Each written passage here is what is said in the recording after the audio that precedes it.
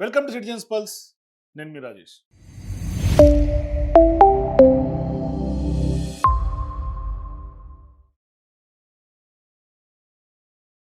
రేవంత్ రెడ్డి గారు ఆయన ఏ ఎండకు ఆ గొడుగు పడడంలో చాలా దిట్ట అని మనం అర్థం చేసుకోవచ్చు. ఎందుకంటే ఆయన తెలుగుదేశం పార్టీలో ఉన్నప్పుడు ఏ విధంగా మాట్లాడారు, తర్వాత కాంగ్రెస్లోకి వచ్చిన తర్వాత ఏ విధంగా మాట్లాడారు. ఎందుకంటే ఇదే రేవంత్ రెడ్డి తెలుగుదేశంలో ఉన్నప్పుడు సోనియా గాంధీ, ఎవరైతే తెలంగాణ ఇచ్చినటువంటి సోనియా గాంధీకి బలిదేవతతో పోల్చారు.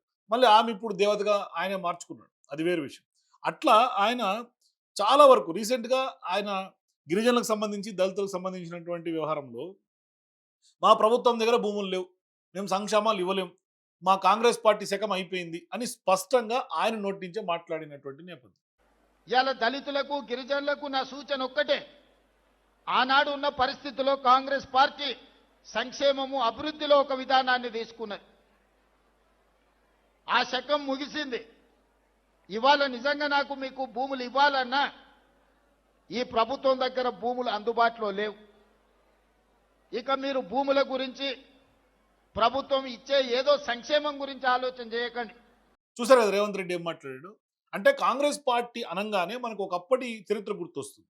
కాంగ్రెస్ పార్టీ ఇందిరాగాంధీకి సంబంధించినటువంటి రాజ్యంలో ఇవాల్టికి కూడా భూమి లేని నిరుపేదలకు, భూమి లేని దళితులకు, అంటే ఒక నిలువ నీడలేని గూడు లేనటువంటి వాళ్ళందరికీ కూడా ఆనాడు ఇంద్రమ్మ రాజ్యం, ఇంద్రమ్మ పట్టాలు అని ఈ రోజుకి కూడా ఇప్పటికి కూడా ప్రజలు ఊళ్ళలో చర్చించుకుంటూ ఉంటారు. మేము కట్టుకున్న ఇల్లు ఇంద్రమ్మ పట్టాలు ఆ రోజు ఆమె ఇందిరాగాంధీ గారు ఇచ్చారు.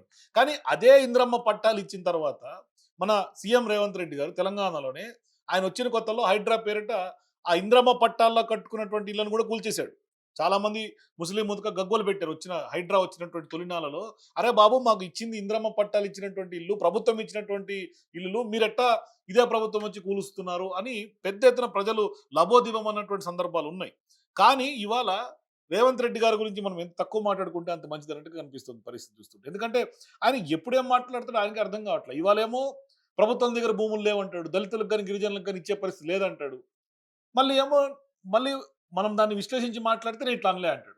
నేనే రాజు నేనే మంత్రి అనే కామెంట్ తీసుకుంటే ఇది వక్రీకరించారు. నేను ఇట్లా అనలేదు రా భయ్, నేను అన్నది ఎట్లా, సీఎంగా నేనే ఉన్నా, మున్సిపల్ శాఖ మంత్రిగా కూడా నేనే ఉన్నా అని నేను చెప్పాను. అంతే తప్పితే నేనే రాజు నేనే మంత్రి అని కూడా నేను ఎక్కడ చెప్పలేదు. అది అహంకారపూరితమైనటువంటి వ్యాఖ్యలని కొందరు సన్నాయి నొక్కులు నొక్కుతున్నారు. మేము సేవకులు పాలకులు అని, మేము రాజులు కాదు అని చెప్పుకుంటాడు. అసలు మీ మైండ్లో రాజు అని కాన్సెప్ట్ ఉంది కాబట్టి మీకు వచ్చింది నేనే రాజు నేనే మంత్రి. అప్పుడు ఈరోజు ఎట్లయితే మీరు నేనే సీఎం నేనే మున్సిపల్ శాఖ మంత్రి అని మీరు చెప్తున్నారో, ఆ రోజు కూడా చిట్ చాట్లు అదే చెప్పేది ఉండే, నేనే ముఖ్యమంత్రి నేనే మున్సిపల్ శాఖ మంత్రిని. మరి అది కాకుండా నేనే రాజు నేనే మంత్రి అని చెప్పేసి చిట్చాట్లో మీరు మాట్లాడేసి ఇవాళ మాట్లాడిన తర్వాత వక్రీకరించారు, తూచిన ఇట్లా అనలే అని అంటాడు.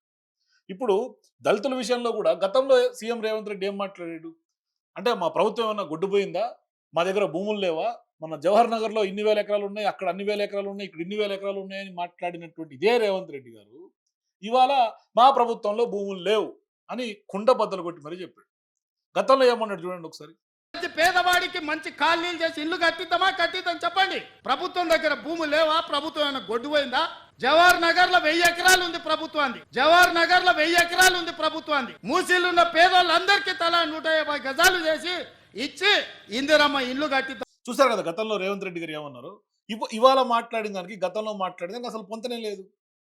అసలు అప్పుడేమో ప్రభుత్వ భూములు ఇవ్వాలి, పేదలకు పంచాలి అని మాట్లాడినటువంటి రేవంత్ రెడ్డి గారు ఇవాళ మా ప్రభుత్వంలో ఏమీ లేవు, మా సంక్షేమాలు మేము చేయలేము, మేము భూములు ఇవ్వలేము, మా దగ్గర భూములు లేవు. మరి భూములు లేవు అని దళితులకి గిరిజనులకి ఇవాళ పొట్టగొడుతున్నటువంటి రేవంత్ రెడ్డి గారు గతంలో, అంటే ఒక రకంగా చెప్పాలంటే దళితులు గిరిజనులు ఒకసారి విజ్ఞతతో ఆలోచన చేయాలి. ఎందుకంటే సీఎం రేవంత్ రెడ్డి గారు వచ్చిన తర్వాత ఏబీసీకి సంబంధించినటువంటి ఏదైతే వర్గీకరణ విషయంలో ఈ పోరాటం అంతా వర్గీకరణ పోరాటం రేవంత్ రెడ్డి గారికి కాదు క్రెడిట్. ఈయన మేమే మొదటి ఇంప్లిమెంట్ చేస్తామని చెప్పి గుమ్మడికాయలు దొంగంటే భుజాలు ఎగరేసుకున్నట్టుగా ముందుకు వచ్చారు అంతే. ఆ రోజు సుప్రీంకోర్టులో లేకుంటే పెద్ద ఎత్తున సుదీర్ఘమైనటువంటి ఏళ్ల తరబడి పోరాటం చేసింది మందకృష్ణ మాదిక్ గారు. ఆ రోజు ఆయన చేసినటువంటి పోరాటాన్ని మేము ఇంప్లిమెంట్ చేసినాం, వర్గీకరణకు మేము పెద్ద ఎత్తున గ్రీన్ సిగ్నల్ ఇచ్చినాం, మేము అమలు చేసినామని ఇవాళ దాన్ని క్రెడిట్ ఈయన ఖాతాలో వేసుకునే ప్రయత్నం సీఎం రేవంత్ రెడ్డి గారు చేస్తున్నారు. సరే, దళితులకి ఒక విషయం మాట్లాడుకుంటూ వస్తే దళితులకు ఎన్ని వేల కోట్లు గతంలో బీఆర్ఎస్ పార్టీ ప్రభుత్వం ఇచ్చింది. మరి అదే దళితులకి సీఎం రేవంత్ రెడ్డి గారు ఏమి ఇచ్చారు, ఇది కూడా ఒకసారి ప్రజలందరూ ఆలోచన చేసుకోవాలి. సరే, కొంత ఎవరు అవునన్నా కాదన్నా దళితులకు సంబంధించినటువంటి వ్యవహారంలో దళితులకు ఇచ్చినటువంటి ఏదైతే దళిత బంధు ఉందో అది కొంత బీఆర్ఎస్ పార్టీకి వ్యతిరేకత ఎన్నికల నాడు అయినటువంటి మాట అయితే వాస్తవం. ఎందుకంటే ఇందులో ఎవరు డినే చేయలేంది. ఎందుకు వ్యతిరేకత అయింది అంటే పెద్ద ఎత్తున కొందరికి రావటం, కొందరికి రాకపోవటం, అది విడతల వారీగా రావటం ఇట్లా కొంత జరిగింది. గతంలో ఇదే కేసీఆర్ గారు ట్రైబల్స్ విషయంలో గాని, లేదంటే గనక దళితుల విషయంలో గాని ఆయన ఏం చేశాడో ప్రజలకు తెలుసు. తెలంగాణ ప్రజలకు తెలుసు. ఆల్మోస్ట్ నాకు తెలిసి దళితులకి 16,000 ఎకరాలు ఆయన ఇచ్చాడు. అట్లాగే ట్రైబల్స్‌కి కూడా 4,06,329 ఎకరాలు కేసీఆర్ గారు ఆనాడు డిస్ట్రిబ్యూట్ చేసినటువంటి చరిత్ర ఉంది. 10 ఏళ్ల తెలంగాణ వచ్చిన తొలినాళ్లలో, ఆ 10 ఏళ్ల ఆయన పాలనలో. అదే రేవంత్ రెడ్డి గారు ఇచ్చింది 0. కానీ ఇవాళ ఏం చెప్తున్నాడు? చేతులెత్తేసాడు. నాతోటి ఏం లేదు, నా వల్ల ఏం కాదు, నా దగ్గర లేవని. కానీ ఇదే సీఎం రేవంత్ రెడ్డి గారు ప్రభుత్వం సంబంధించినటువంటి భూములని చెప్పి, అందులో అక్రమంగా ఇల్లులు కడుతున్నారని చెప్పి ఎన్ని భవనాలను కూల్చారు, ఎన్ని ఫెన్సింగులేశారు, ఎన్ని ప్రభుత్వ భూముల్ని ఈయన కాపాడుతున్నాడు. మరి ఇన్ని ప్రభుత్వ భూములను కాపాడుతుంది, పేదలకు ఇవ్వడానికి ఏమి ఒక్క ఎకరం కూడా లేదా ప్రభుత్వం దగ్గర? మరి ఆనాడు ఇదే రేవంత్ రెడ్డి గారు జవహర్ నగర్‌లో ఇన్ని వేల ఎకరాలు ఉందని ఎట్లా కోట్ చేస్తారు బహిరంగ సభల్లో? మరి ఆనాడు ఇవ్వాలని అనుకున్నటువంటి ఇదే ముఖ్యమంత్రి ఇవాళ ఇవ్వలేని పరిస్థితికి ఎందుకొచ్చాడు? ఎందుకు జీరో అయిపోయాడు?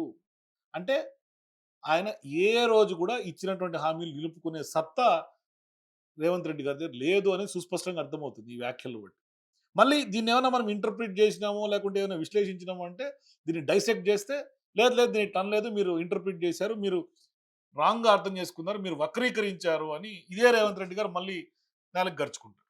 అంటే ఏది కూడా చిత్తశుద్ధి లేనటువంటి మాటలుగానే మనం చూడాల్సినటువంటి అవసరం ఉంది.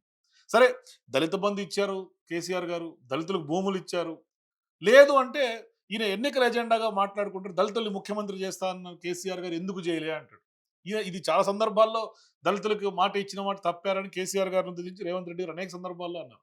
దానికి వాళ్ళ క్లారిటీ ఇచ్చినా కూడా ఈయన మాత్రం వదలట్ల. ఈయన దాన్నే పట్టుకుంటాడు. దళితులకు సంబంధించినటువంటి ఇప్పటికి కూడా ఎస్సీ ఎస్టీలకు సంబంధించి, సరే ఎస్సీ ఎస్టీకి సంబంధించి మాట్లాడుకుంటే కార్పొరేషన్ల నిధులు గతంలో 10 ఏళ్ల పాటు కేసీఆర్ గారి హయాంలో ఎన్నొచ్చినాయి, రేవంత్ రెడ్డి గారి హయాంలో ఎన్నొచ్చినాయి? అసలు ఇప్పటిదాకా ట్రైకార్కి నిధులే లేవు. ట్రైకార్కి సంబంధించినటువంటి చైర్మన్ బెల్లాయి నాయక్ ఉన్నారు, ఆయనతో నేను చాలా సందర్భాల్లో మాట్లాడాను. అసలు మా ట్రైకార్కి నిధులే రావట్లేదు, కార్పొరేషన్ పేరుకే ఉంది అని ఆయన గతంలో సీఎం రేవంత్ రెడ్డి గారికి ఎన్నో సందర్భాల్లో లేఖలు ఇచ్చారు. మా ట్రైకార్కి నిధులు ఇవ్వండి మొర్రో అని ఎన్నో సందర్భాల్లో ఇచ్చారు. కానీ ఇప్పటిదాకా నిధులు వచ్చినటువంటి దాఖలాలు లేవు. కానీ సంత్ సేవాలాల్ జయంతికి సంబంధించి వెళ్ళింది మాత్రం ఈయన అద్భుతమైనటువంటి స్పీచ్ ఇస్తాడు అనుకుంటే వాళ్ళ నోట్లో ఒక రకంగా చెప్పాలంటే ఆశలు అడియాసలు చేసి వచ్చేసాడు. మేము ఏమి ఇవ్వలేము, మేము ఏం చేయలేము అని. కానీ ఈయన మాత్రం సంత్ సేవాలాల్ జయంతి మాత్రం మీరు పాలమూరు జిల్లాలో జరుపుకోవాలి, ఇన్ని వేల ఎకరాలు. అసలు ఒక మాటకి పొంతనే ఉండదు సీఎం రేవంత్ రెడ్డి గారి దగ్గర. సో ఇప్పుడు మా ఆ శకం అయిపోయింది, కాంగ్రెస్ పార్టీ ఒకప్పటి కాంగ్రెస్ కాదు, ఇది రేవంత్ కాంగ్రెస్ అని స్పష్టంగా చెప్పేశాడు ఆయన. అందుకనే సంక్షేమాలు బంద్, ఇళ్ల పట్టాలు బంద్, మేమేమి ఇవ్వం అని స్పష్టంగా చెప్పినటువంటి పరిస్థితి మనకు కనిపిస్తుంది. దీంతో ఒక రకంగా చెప్పాలంటే ప్రజలందరూ ఎంతో హోప్గా రేవంత్ రెడ్డి గారిని ఎన్నుకున్నారు. ఇప్పుడు రేవంత్ రెడ్డి గారి ప్రభుత్వమైన హోప్ ప్లస్గా మారిందని స్పష్టంగా చెప్పొచ్చు. అందుకనే ఒక రకంగా చెప్పాలంటే రేవంత్ రెడ్డి గారు ప్రభుత్వం ప్రజలందరికీ ఒక బిగ్ షాక్ ఇచ్చింది, పెద్ద కుచ్చు టోపీ పెట్టారు ప్రజలందరికీ కూడా. సో మీరు కూడా నిజంగానే రేవంత్ రెడ్డి గారు ప్రజలందరికీ కూడా ఇచ్చినటువంటి హామీలు నిలుపుకోలేక, ఒకప్పుడు భూములు ఉన్నాయని చెప్పినటువంటి రేవంత్ రెడ్డి గారు హిల్ట్ పాలసీలో ఎట్లా భూములు గుంజుకున్నారు, ఇప్పుడు ప్రభుత్వం దగ్గర ఉన్నటువంటి భూములే లేవని మాట్లాడుతున్నటువంటి రేవంత్ రెడ్డి గారి గురించి మీ అభిప్రాయం ఏంటో కింద నా కామెంట్స్లో చెప్పండి. For more videos please watch citizens pulse.